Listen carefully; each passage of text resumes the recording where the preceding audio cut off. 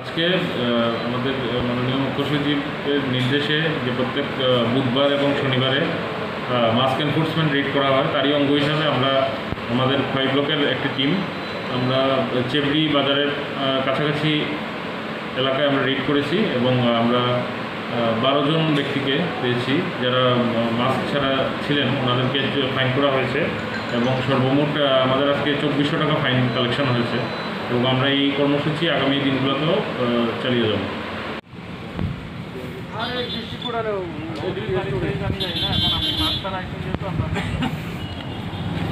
আজ কোন কোন জায়গায় মাস্ক এনফোর্সমেন্ট করা হয়েছে এবং কীরকম সাফল্য রয়েছে স্যার?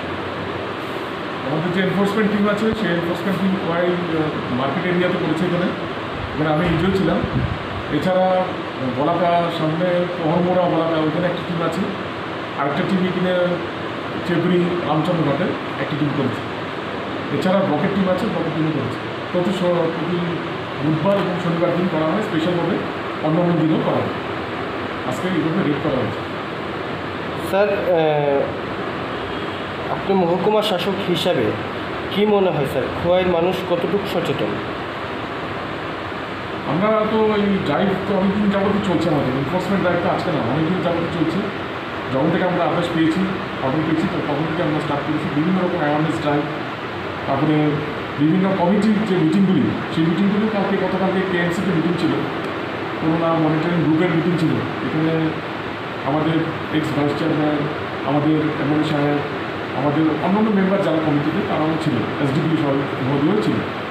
তো একদিকে যেভাবে কমিটিগুলি মিটিং করছে বা আমরা মিটিং চালাচ্ছি বিভিন্ন ব্লকে, তারপরে মিউনিসিপ্যাল কাউন্সিলে, আরেকদিকে আমাদের ড্রাইভ চলছে, মাস্কের সোশ্যাল ডিস্টেন্সিংয়ের ড্রাইভ চলছে।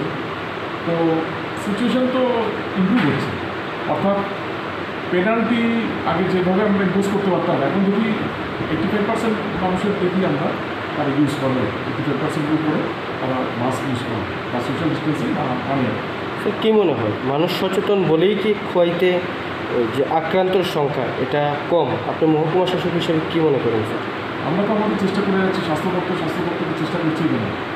একসাথে আমাদের ডিএম ম্যাডামের পরিতে পার্সোনালি উনি সুপারভাইজ করছে এবং বিভিন্ন ধরনের অ্যাক্টিভিটি ডিপার্টমেন্টগুলি এখানে নিচ্ছে।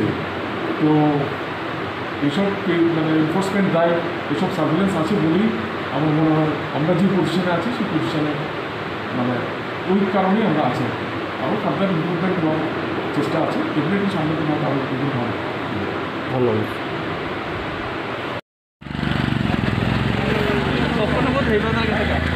রঞ্জিত পাল সামনে